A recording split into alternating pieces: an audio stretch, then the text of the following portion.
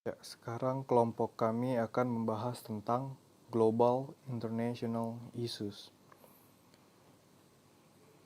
Ya, sebelum itu izinkan kami untuk memperkenalkan diri. Nah, di sini ada nama-nama anggota kelompok kami dari mulai Ezra Muhammad Farezi, Felix Niko Tamodu Siregar, Miftahudin, dan Torik Dianbara Parwoto. Ya, kita masuk ke dalam isu global. Pertimbangan global berdampak pada hampir semua keputusan strategis. Di sini kita membicarakan tentang isu global yang dimana terkait dengan isu global tersebut, segala keputusan itu kita bicarakan bersama gimana cara solusinya. Oleh karena itu, pertimbangan global ini itu berdampak pada hampir semua keputusan strategis untuk mensejahterakan masyarakat dunia. Sebuah pasar dunia telah muncul. Pasar dunia di sini adalah pasar yang dimana pelaku pasarnya itu berasal dari seluruh penjuru dunia, yang dimana barang atau produk yang dijual itu dibutuhkan oleh masyarakat dunia. Sulit bagi perusahaan untuk bertahan hidup hanya dengan mengandalkan pasar domestik. Di sini kan di sini kita membicarakan banyak negara yang dimana masing-masing negara itu mempunyai yang namanya komoditi atau sumber daya alam yang berbeda-beda. Oleh karena itu, dengan adanya pasar global ini akan terbangun yang namanya perdagangan dunia, yang dimana saling berdagang antara negara satu dengan negara lain demi mencapai kesepakatan dan tujuan bersama untuk mensejahterakan masing-masing negara di masing-masing masyarakat di negara tersebut. Organisasi multinasional. Organisasi yang melakukan operasi bisnis lintas batas nasional disebut perusahaan-perusahaan internasional atau perusahaan multinasional. Seperti kita lihat di sini terdapat beberapa contoh organisasi multinasional atau perusahaan multinasional seperti Unilever, terus Nike, Adidas, Johnson Johnson, Apple, Samsung, dan sebagainya. Terdapat beberapa resiko organisasi multinasional. Yang pertama, perampasan aset. Perampasan aset ini bisa terjadi ketika sebuah organisasi multinasional itu melanggar aturan yang ditetapkan oleh negara tersebut. Selanjutnya, kerugian akibat fluktuasi nilai tukar, yaitu adanya lemahnya nilai mata uang di suatu negara tertentu. Selanjutnya, gangguan sosial atau politik, yang dimana itu juga berdampak kepada kemajuan dari organisasi multinasional ini. Selanjutnya, hambatan tarif dan perdagangan, pembatasan ekspor dan impor yang ditetapkan oleh negara tersebut. Dan yang terakhir, interpretasi pengadilan asing yang kurang menguntungkan terhadap kontrak atau perjanjian. Di sini kita masuk ke dalam keuntungan operasi internasional. Yang pertama, konsumen baru. Kita akan mendapatkan konsumen baru yang berasal dari negara tujuan kita untuk menggunakan produk kita. Yang dimana produk kita juga dapat dikatakan baru pada negara tersebut. Otomatis kita juga mendapatkan konsumen baru. Penyerapan kelebihan kapasitas, pengurangan biaya unit, penyebaran risiko bisnis. Fasilitas produksi murah yang dekat dengan bahan baku, tenaga kerja yang murah. Kompetisi tidak seketat pasar domestik. Pengurangan tarif dan pajak lebih murah, perlakuan politik yang menguntungkan. Usaha patungan memungkinkan perusahaan mempelajari teknologi, budaya, dan praktek bisnis baru. Skala ekonomi bisa tercapai. Peningkatan kekuatan dan prestis perusahaan. Selain keuntungan, terdapat juga kerugian yang akan dialami oleh operasi internasional atau perusahaan internasional. Yang pertama, penyitaan oleh faksi nasionalis, perbedaan sosial budaya, demografi, lingkungan, politik, pemerintah, hukum, teknologi, ekonomi, dan kekuatan kompetitif, kesalahan penilaian kelebihan dan kekurangan pesaing, perbedaan bahasa, budaya, dan sistem nilai, kesulitan memperoleh pemahaman tentang organisasi regional, sistem moneter dua negara, atau lebih sering kali mempersulit operasi bisnis internasional. Selanjutnya akan dibahas oleh rekan saya, Mas Ezra. Terima kasih. Nah, melanjutkan materi dari Mas Felix, kita lanjut ke materi selanjutnya. Yang pertama mengenai globalisasi. Globalisasi itu apa sih? Kalau menurut Google, globalisasi itu merupakan sebuah proses integrasi antara satu negara dengan seluruh dunia. Maksudnya integrasi itu adalah penyelarasan. Kemudian ada integrasi itu juga bisa dimasukkan sebagai menyatukan. Menyatukan apa? Menyatukan pikiran-pikiran, menyatukan ide, menyatukan produk dan aspek-aspek kebudayaan lain dari negara satu ke negara-negara lainnya secara global. Nah, sedangkan kalau di bisnis itu apa? Kalau di bisnis itu dapat dikatakan globalisasi itu merupakan sebuah proses aktivitas bisnis di seluruh dunia. Maksudnya di seluruh dunia ini ya kita melakukan aktivitas bisnis di luar dari negara kita. Keputusan strategis dalam pasar global ini itu berpangku pada profitabilitas global. Jadi perusahaan-perusahaan yang kira-kira sudah membuka cabang di negara-negara lain itu sudah tidak memikirkan profitabilitas domestik lagi, tapi sudah memikirkan profitabilitas global. Mereka ini berpangku pada profitabilitas global. Kita lanjut. Nah, di sini ada contoh persaingan global. Contoh yang saya ambil ini adalah sektor otomotif, sektor industri otomotif. Wal khusus adalah mobil. Di sini terdapat Ford, ada Chevrolet dari benua Amerika, kemudian ada KIA dan Hyundai dari Korea, kemudian ada Tata dari India, ada Wuling Motors dari Cina, kemudian ada Daihatsu dan Toyota dari Jepang. Mereka ini perusahaan-perusahaan ini dan perusahaan-perusahaan yang lainnya yang mungkin tidak disebutkan di sini itu saling berkompetisi dalam suatu sektor yang sama, yaitu otomotif, khususnya adalah mobil. Mereka ini sudah tidak lagi melihat, tapi mereka ini sudah melihat lebih banyak lagi adanya opportunity atau adanya opportunity tadi di belahan bumi lain. Mereka ini sudah mereka ini sudah lebih wide gitu. Angle mereka tuh dalam melihat bisnis ini, kontestasi ini sudah tidak lagi dilihat di pasar domestik saja, tapi melihat pasar internasional. Mereka sadar adanya kompetitor dari belahan bumi lain yang menjual produk yang serupa atau similar dengan produk mereka. Dan mereka ini biasanya dalam suatu negara itu juga pasti mereka itu punya kompetitor-kompetitor yang mereka perhitungkan tersebut tadi. Nah, mereka ini biasanya membuat sebuah keunikan, membuat sebuah spesialisasi, membuat sebuah nilai lebih untuk memenangkan pasar yang sedang digelutinya tersebut. Misalkan dari Wuling Motors ini, mereka ini membuat sebuah keunikan, yaitu barangnya cukup baik dengan kualitas yang baik tapi murah.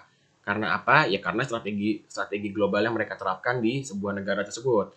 Mereka ini menerapkan strategi tersebut itu untuk melawan kompetitor yang misalkan untuk melawan Ford, untuk melawan Hyundai, untuk melawan Toyota. Kira-kira seperti itu. Padahal seperti yang kita lihat saat ini, Wuling itu merupakan sebuah produk baru yang ada di Indonesia, tapi bisa kita lihat produk dari Wuling ini sudah banyak kita temui di jalanan. Kira-kira kayak gitu. Mereka ini punya strategi khusus, strategi yang telah mereka ciptakan untuk memenangkan pasar global. Misalkan contohnya di pasar di Indonesia. Kita lanjut. Tadi setelah kita memikirkan proses globalisasi dari sebuah bisnis, kita juga perlu dong memikirkan tarif pajak. Pajak ini kan di sebuah negara itu sifatnya mengikat ya, diwajibkan sebuah perusahaan itu untuk membayar pajak kepada negara tersebut. Nah, tentunya di setiap negara itu punya tarif pajak yang berbeda-beda dong. Karena otoritas setempat itu memaku pajaknya itu juga dengan pertimbangan yang berbeda-beda. Misalkan di sini ada kan dari apa negara-negara maju yang menetapkan pajaknya, nilai pajaknya dari Amerika dengan tarif pajaknya sekitar 39% kepada korporat. Kemudian ada Jepang kira-kira dengan nilai 37%, kemudian ada Prancis dengan 34%, dan seterusnya sampai di Irlandia dengan angka sekitar 13-14%. Nah, di sini ketika kita ingin mempenetrasi sebuah pasar di suatu negara, kita tuh juga perlu memperhitungkan tentang biaya pajak yang akan kita bayarkan ke negara tersebut. Kita nggak bisa semata-mata karena di sana opportunity-nya besar, ada pasar yang cukup besar di sana, terus kita penetrasi tanpa memperhitungkan pajaknya.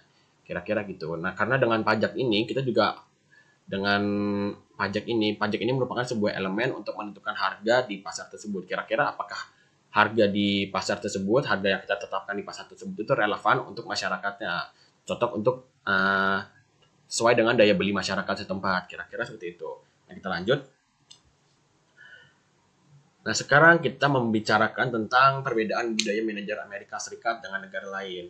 Mungkin di sini ada yang bertanya-tanya mengapa kita ini mengambil contohnya manajer Amerika Serikat, kenapa nggak dari Indonesia? Karena di sini buku yang kita ambil sebagai acuan, sebagai materi, itu merupakan buku karangan orang Amerika Serikat. Nah, langsung aja kita lanjut ke perbedaan budayanya. Yang pertama, di antara semua aspek bisnis, bagi orang Amerika Serikat, waktu itu adalah puncaknya, waktu itu adalah segalanya. Time is money bagi orang Amerika Serikat. Sedangkan bagi manajer-manajer di negara lain, hubungan itu merupakan sebuah prioritas. Jadi kayak di Indonesia, hubungan antara hubungan vertikal, hubungan horizontal, hubungan diagonal itu merupakan sebuah prioritas. Orang Indonesia ini juga memikirkan sumber daya manusianya, kesejahteraan sumber daya manusianya, kebahagiaan batinnya terutama. Jadi mereka ini nggak cuma sekedar kerja doang, hubungan antara karyawan dan bos, tapi juga ada hubungan yang dekat gitu loh. Mereka ini menciptakan hubungan di luar bisnis tadi. Kemudian ketika berkomunikasi, orang Amerika Serikat ini lebih suka memberikan jarak ketimbang orang-orang di negara lain. Misalkan di Amerika Serikat itu orang-orang yang mengobrol antara misalkan orang satu dan orang dua itu biasanya mereka itu memberikan jarak sekitar 3 kaki atau 1 meter. Nah, sedangkan di negara lainnya, kami ambil contoh di negara Arab, itu orang-orang Arab itu lebih senang untuk memberikan jarak yang sangat sedikit dalam ketika mereka ini sedang mengobrol atau berkomunikasi. Biasanya ya bahkan mungkin aja orang-orang Arab ini lebih suka nempel gitu, duduk sebelahan sambil ngobrol-ngobrol tentang bisnisnya, kira-kira kayak gitu. Itu contoh kecil dari perbedaan budaya manajer AS dengan negara lain. Kemudian di Amerika Serikat ini seperti yang kita tahu kan cukup liberal ya. Bisnis ini jadi ya sama kayak paham mereka, bisnis ini juga nggak ada sangkut pautnya dengan agama dan budaya. Mereka ini tidak menyangkut pautkan hubungan aspek-aspek lain dengan bisnisnya. Sementara di negara-negara lain, contohnya di Brunei misalkan, di Brunei itu masih sangat pekat agama dan budaya pada bisnis-bisnis mereka. Karena semuanya sudah diatur oleh kerajaan Brunei gitu. Kemudian kita lanjut. Nah, perbedaan budaya selanjutnya adalah prestasi pribadi. Menurut orang Amerika, itu lebih penting daripada waktu untuk keluarga bagi kebanyakan manajer di AS. Jadi orang-orang Amerika ini dapat dikatakan sebagai orang-orang yang workaholic. Mereka ini lebih mengincar prestasi, lebih mengincar jabatan daripada waktu untuk keluarga. Kira-kira seperti itu. Nah, kemudian orang AS itu dapat dikatakan mampu bekerja sama membangun bisnis dengan orang asing tanpa adanya landasan hubungan terlebih dahulu. Maksudnya di sini itu sebagai contoh kita ambil dari orang Jepang atau orang India. Orang Jepang atau orang India ini lebih suka mereka ini bekerja sama dengan orang yang sekiranya mereka kenal terlebih dahulu apabila mereka membuka bisnis nih. Mereka ini lebih suka dengan orang-orang yang mereka udah kenal, misalkan kayak teman, kerabat, keluarga, sahabat, dan lain-lain. Kira-kira seperti itu.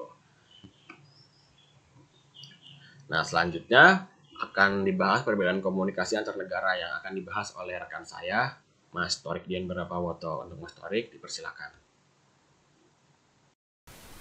Oke, saya Torik. Di sini saya akan melanjutkan presentasi dari teman saya. Yang pertama, kita akan membahas perbedaan komunikasi antar negara. Di sini ada banyak contoh. Di contoh yang pertama, pada umumnya orang Italia, Jerman, dan Perancis tidak melunakkan eksekutif mereka sebelum mengkritik. Tetapi orang Amerika melakukan hal tersebut sehingga tampak manipulatif bagi orang Eropa. Contoh kedua, orang Israel terbiasa dengan pertemuan cepat, sedangkan orang Amerika lebih suka pertemuan yang informal dan basa-basi. Contoh ketiga, eksekutif Inggris mengeluhkan eksekutif Amerika yang terlalu banyak berbincang dan basa-basi tersebut. Contoh selanjutnya, di sini orang Eropa merasa diperlakukan seperti anak kecil jika mereka diminta menggunakan name tag. Yang selanjutnya di sini eksekutif di India terbiasa menginterupsi. Jika eksekutif Amerika mendengar tanpa bertanya, akan dilihat seperti tidak memperhatikan bagi orang India. Yang berikutnya di sini jika bernegosiasi secara langsung dengan eksekutif Jepang atau Malaysia, diam sejenak itu diperlukan. Sebaliknya tidak diperlukan jika sedang melakukan bernegosiasi dengan pihak Israel. Lalu yang terakhir di sini berulang kali bertanya bagaimana akhir pekan Anda adalah pertanyaan yang sangat mengganggu bagi orang asing karena dianggap hal pribadi dan bisnis merupakan hal yang terpisah. Oke, selanjutnya di sini kita akan membahas beberapa ciri budaya bisnis dari berbagai negara. Yang pertama ada Meksiko. Nah, ciri yang pertama, pengusaha di Meksiko biasanya lebih mencari pekerja yang menyenangkan, hormat dan patuh daripada yang inovatif, kreatif dan independen. Nah, ciri yang kedua, pengusaha Meksiko yang paternalistik menyediakan pekerjaan dengan gaji lebih dari, tapi sebagai imbalannya mereka mengharapkan kesetiaan. Ciri yang ketiga, Meksiko tidak merasa terdorong untuk mengikuti aturan yang tidak berhubungan dengan orang tertentu di otoritas mereka bekerja. Dan yang ciri terakhir, di sini Meksiko sangat sadar status sehingga kedudukan dan pangkat sangatlah penting. Selanjutnya ada budaya bisnis dari orang Jepang. Nah, ciri yang pertama di sini, Jepang sangat mementingkan kesetiaan kelompok dan konsensus, sebuah konsep yang disebut wa. Nah, ciri kedua, ketika dihadapkan dengan pertanyaan atau opini yang mengganggu, manajer Jepang cenderung untuk lebih memilih diam. Ciri yang ketiga, kebanyakan manajer Jepang pendiam, tenang, menjaga jarak, dan introspektif. Dan ciri yang terakhir di sini, Jepang lebih memilih untuk melakukan bisnis atas dasar hubungan pribadi daripada berbicara melalui telepon atau melalui korespondensi tertulis. Selanjutnya ada ciri budaya bisnis dari orang Brazil. Nah, jika ingin melakukan bisnis dengan orang Brazil, kita harus menghindari mempermalukan mereka dengan mengkritiknya di depan umum. Nah, yang kedua, pertemuan dibatalkan atau diundur pada menit-menit akhir merupakan hal yang sudah biasa bagi mereka. Nah, ciri yang ketiga, menginterupsi orang pada saat berbicara adalah hal yang bisa diterima untuk orang Brazil. Dan ciri yang terakhir, orang Brazil bangga berpakaian dengan baik, sehingga laki-laki harus memakai setelan bisnis berwarna gelap dan konservatif, sedangkan perempuan harus memakai jas atau gaun yang elegan dan feminim dengan aksesoris berkualitas baik dan diharapkan memakai cat kuku. Mungkin sekian presentasi dari saya, akan dilanjutkan oleh teman saya. Baik, melanjutkan Mas Torik tadi, jadi kita selanjutnya akan membahas mengenai budaya bisnis orang Jerman. Di sini yang pertama, orang Jerman itu cenderung dalam melakukan bisnis itu dia tidak memerlukan hubungan pribadi. Jadi daripada hubungan pribadi, mereka lebih mengutamakan atau lebih fokus atau tertarik itu kepada kemampuan akademis atau skill dari seorang pebisnis dan pengenal perusahaannya. Kemudian selanjutnya adalah pertemuan di Jerman itu jadwalnya itu sangat ketat, termasuk waktu mulai dan waktu selesai.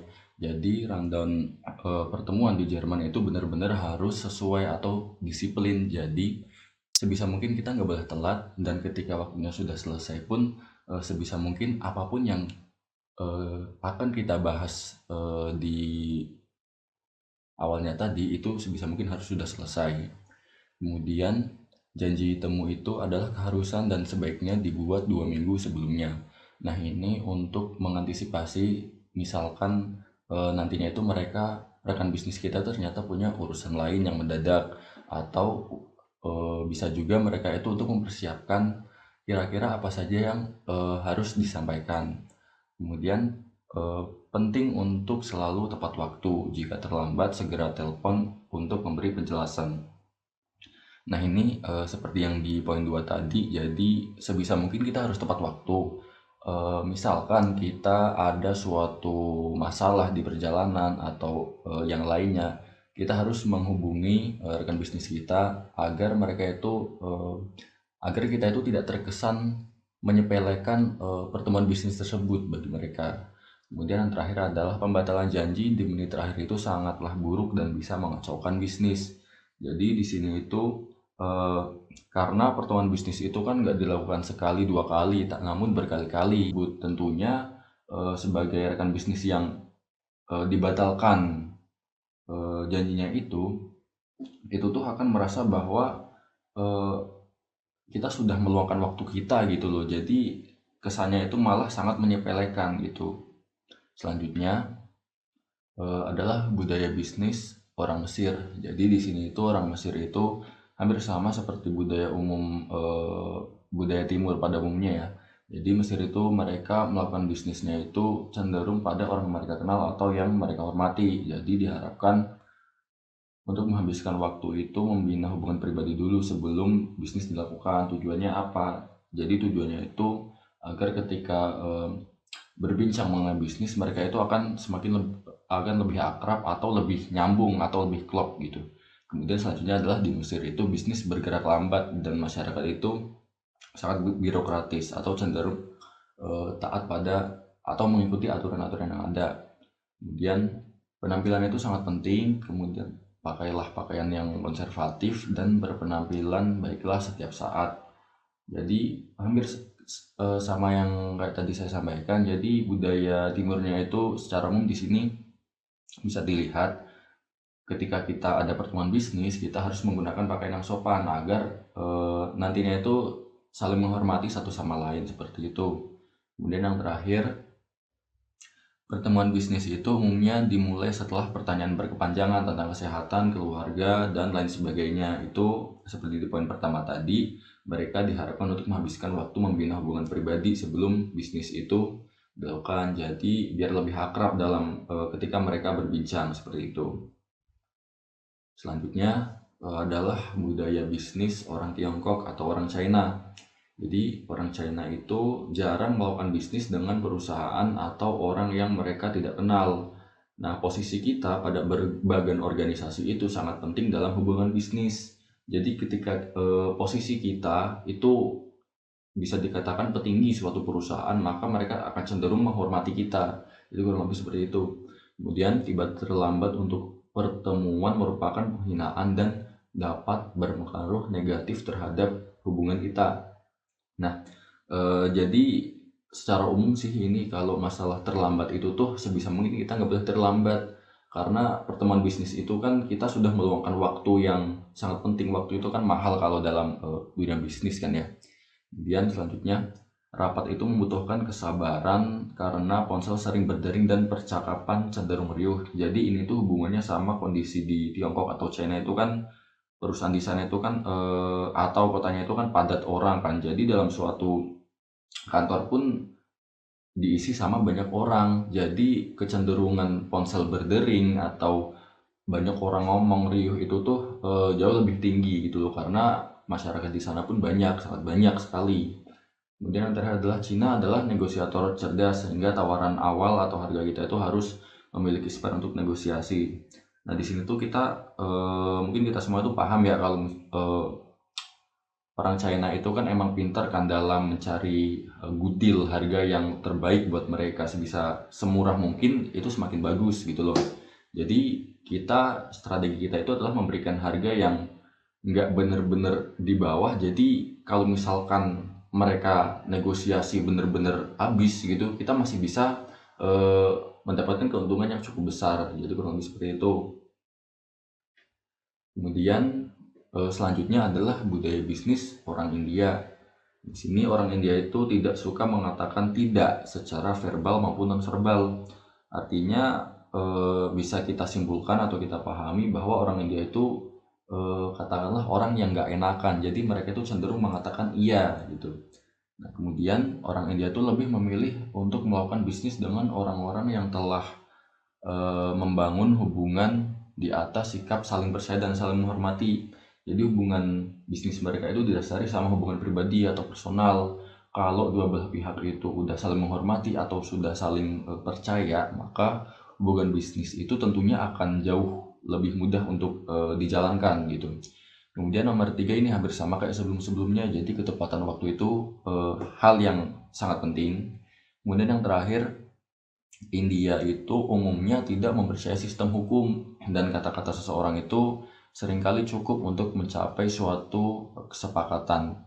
Ini balik ke poin 2 tadi, mereka itu melakukan bisnis itu sama orang yang udah saling percaya dan saling menghormati. Jadi ketika dua belah pihak itu udah saling percaya, udah saling menaruh kepercayaan, dan masing-masing dari kita udah benar-benar akan memberikan yang terbaik buat mereka dan kita yakin bahwa mereka akan memberikan yang terbaik buat kita, maka itu bisa dikatakan cukup gitu. Kemudian yang terakhir adalah budaya bisnis orang Nigeria.